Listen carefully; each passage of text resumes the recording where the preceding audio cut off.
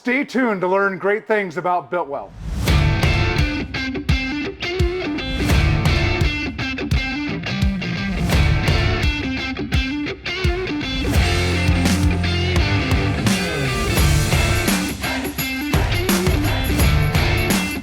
All right, today I've got Davin out here from Biltwell. Thanks for coming up from Temecula.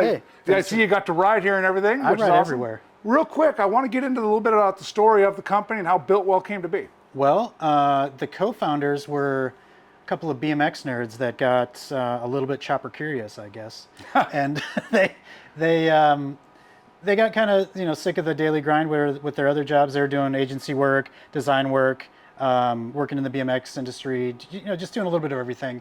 And they got a little bit bored, and I think they just wanted to, kind of check out some other avenues. And like I said, they got a little chopper curious, bought some motorcycles, rode them to Mexico, and invited a bunch of friends, and they just thought it was a good time. So they bought bikes, started doing stuff, started doing some product development with some people that they had known before, and that's how Biltwell was birthed.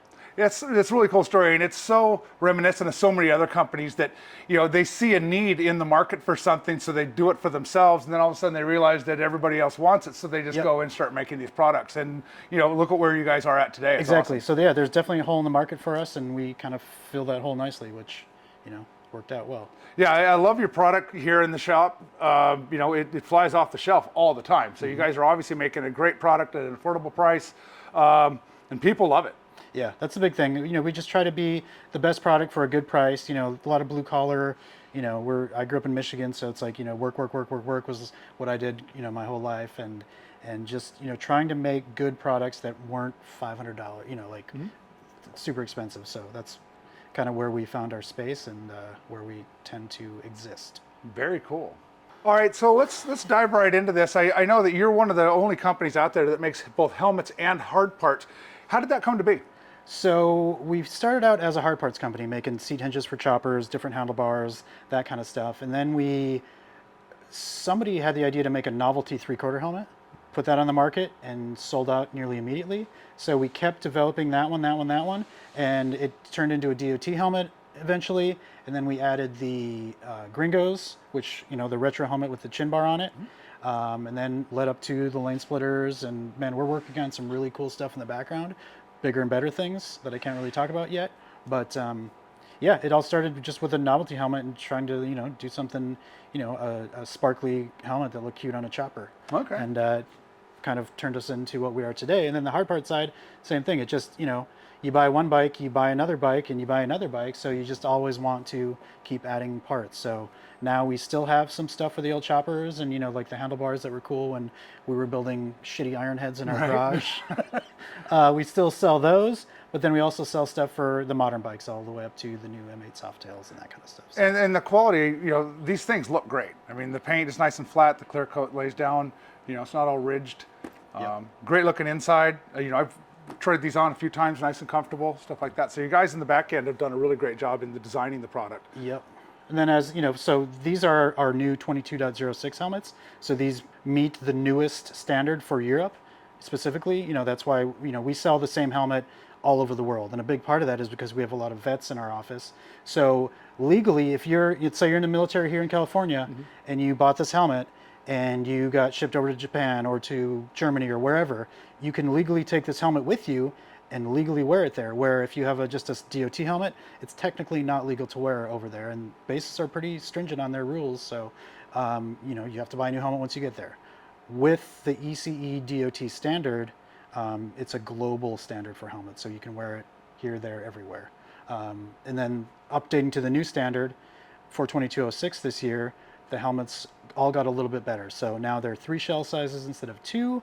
The shields are now tested in the testing standards, where that wasn't the case before. So both for shatter resistance, light transmission, all that kind of stuff. So you'll notice people out there in the YouTube worlds, we have tuned the fit. So the fit's a little bit better.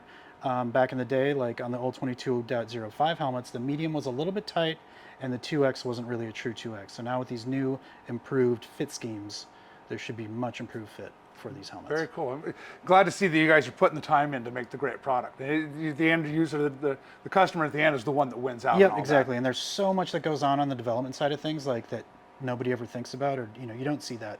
You see a helmet on the shelf and you try it on. If it fits, cool. If it doesn't, you move on. But there's so many moving parts in the background that I deal with every single day that it's quite the machine, and it's crazy that we have a small team based over in Temecula. There's only 20 of us on the whole staff, including the warehouse. So it's like we are cranking over there doing our thing, making cool shit for the people. That's awesome. Glad to hear that you guys are kicking ass. All right, so what can you tell me about the founders of the company? Yeah, Bill and Magoo, they created this place out of a little bit of a boredom and a little bit of trying to look for some new inspiration. Magoo, that dude has been in the BMX, or he was in the BMX industry for years. Like, I think he started in the early 80s working in the BMX world. He moved from Florida to Southern California, and he was team managers for all these people. He did work for GT, worked for whoever, and had a really kind of a cool career in that side of things. So a lot of the old BMX guys will know who Magoo is, because he was like one of the 3 guys who wrote every article for BMX Plus and whatever other magazine back then. So that was kind of his claim to fame, was a washed up BMX kid from Florida, comes out to California and makes it big. And then he and Bill started a little bit of an agency, doing, writing copy, doing catalogs, that kind of stuff for other BMX brands and skateboard brands. So you'll see a lot of our influence is very skate, BMX, snowboard influenced, just like the kind of the core, non-team sports. Right. Well, I think it also gives you guys a little bit of an edgy feel to your product line. Exactly. Yep. So yeah, little edgy, and there's a lot of companies out there that do, flame skulls, that kind of stuff. There's a lot of that are super into the, Dyna tough guys, where we're kind of a nice little mix in the middle, where it's it's like, hey, we all work for a living, we ride motorcycles, and we want to, look cool, stay protected, that kind of stuff. So on that side. And then Bill, on the other hand, was, he went to art school, was a designer, did that whole deal. And then after 9/11, he was a Marine vet. After 9/11, he signed back up for the Army or something and went back over to the sand and fought for his country for a few more years. And that's kind of like, when he was gone and Magoo was here trying to figure out what the next step was, that's when Biltwell the idea of Biltwell came up. Was like, something's missing over here. Let's see what we can do. So that's how the Biltwell brand started up. And then once they got back, things started. When Bill got back and they started making stuff and getting that product moving, is when it really happened. So we've been around since 2006. And just continue to grow. And lately we've been spending a lot more time on the wearable side of things. So we've got the helmets, obviously. We've got some cut and sew apparel that recently came out. We've got all of our screen printed T-shirts and stuff. We've got hats. We've got luggage. Our luggage is really nice. It's like we make nice affordable luggage, whether it's a bar bag, saddle bag, sissy bar bag, all that kind of stuff. We have lots of options for you on that side of things. Yeah, and I saw that on the bike that you rode in today. Pretty good looking stuff. Yep. We'll be checking that out here in a little bit too. Excellent. All right, so now that we've gotten a little bit of the background and everything, I think it's really great that it is a veteran-owned company and you take care of veterans and things like that. That's something that's always important to me when we got veterans taking care of veterans. Yeah, one of the owners is a veteran. We've got our ops manager he retired from the Marine Corps, so it's like he put in a lot of time. And then we've got other guys on staff too that are former military. So if it wasn't for those guys, we wouldn't be here. So we try to keep that train running. Absolutely, I totally agree with you on that.